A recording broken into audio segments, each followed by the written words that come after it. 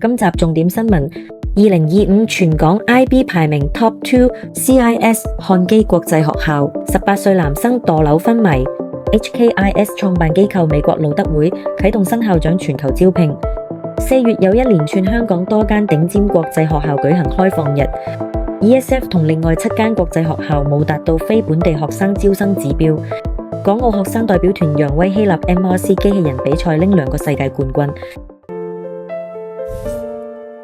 全港 IB 排名 Top 2 CIS 漢基國際學校，18歲男生墮樓昏迷，願孩子平安渡過難關。4月16日中午12時，值正 IB 考試期間，警方接報北角寶馬山漢基國際學校發生墮樓事故，校內一名18歲男學生懷疑從高處墮下，救援人員趕到現場後，發現男生已經昏迷，隨即安排由救護車緊急送院搶救。漢基國際學校作為香港 IB 國際學校頂尖代表之一，不論係語言環境、課程設計、教學實力都非常出色。呢單新聞，一眾家長都倍感難過。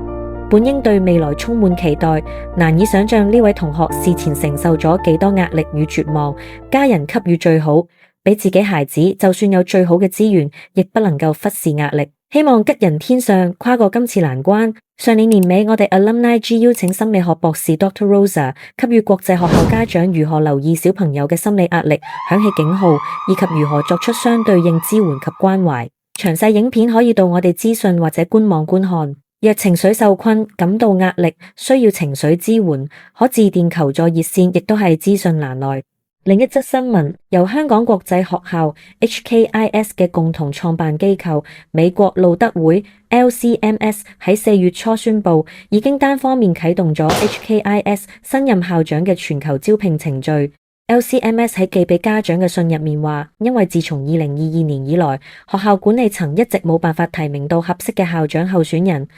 為咗避免領導層中斷嘅風險，教會就決定介入，主導今次嘅招聘。要知道呢件事發生喺雙方因為營運協議一直有法律糾紛嘅背景之下。其實香港國際學校 HKIS 嘅創辦團體美國路德會 LCMS 喺上年9月就入稟高等法院，告負責營運學校嘅 Hong Kong International School Association Limited HKISAL 違反咗營運協議。原來因雙方疑似因為校長人選、服務對象等問題一直有分歧，所以今次 LCMS 單方面舉行全球校長招聘，引起咗家長同教育界嘅廣泛關注。另一則新聞，為咗準備2027至28學年嘅招生，香港幾間熱門國際學校都宣布2026年4月尾會一連串舉辦校園開放日同簡介會，具體時間如下：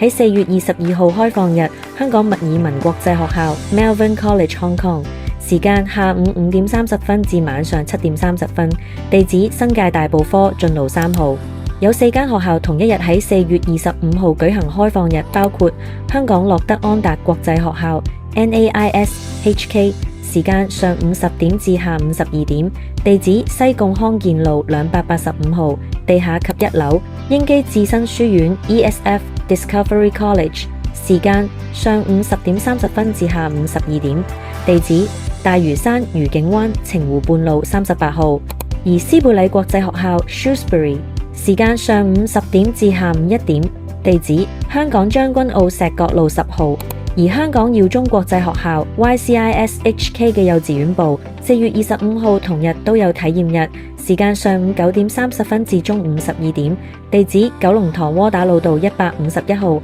校舍費用全免。至於港灣學校 THS 就定咗4月28號開放校園，時間上午9點30分至上午11點，地址鴨脷洲橋道332號。呢啲活動對家長嚟講真係好好嘅機會，可以入去校園入面親身了解每間學校嘅課程特色同校園設施。以上活動詳情名額有限，快啲上官網登記啦！2026年4月，根據最新數據顯示，包括英基學校協會 ESF 在內嘅8間香港國際學校營運機構喺2025至26學年冇達到政府要求嘅非本地學生招生目標。政府規定非本地生比例要介乎50%至98%，有部分學校更誇張，非本地生比例跌到39%，而本地學生嘅入學人數由2016至17年學年到而家幾乎翻咗1倍。分析反映呢個情況，一方面係疫情之後全球流動唔方便，另一方面係本地家庭對國際教育嘅需求急升，兩樣加埋，令本來主要服務外籍人士嘅學校，而家正面臨本地化嘅定位同身份挑戰。最後一則新聞，港澳學生代表團揚威希臘，有接近120人組成嘅港澳聯合代表團專程飛去希臘參加歐洲最大型嘅國際機械人賽事，有機械人奧林匹克之稱嘅 Minowan Robot Sports Competition， 簡稱 MRC。其中香港代表隊係由香港機械人學院再加埋13間本地中小學嘅精英學生一齊組成。今次嘅比賽超激烈，對手來自全球40個國家，超過900支隊伍，2200名頂尖選手同台較量。不過香港學生亦都好爭氣，憑住創新研發、工程設計同埋機械人運動實力，成功突圍，拎到2項世界冠軍，分別係展覽項目同無人機足球賽，充分展示到香港喺 STEAM 同創新科技教育方面實力真係好雄厚。鍾意呢啲實用資訊嘅家長們，一齊 like 同埋 share 啦！ Subscribe Alumni G， 加入我哋國際新聞資訊圈，每週更新升學動態，下次見。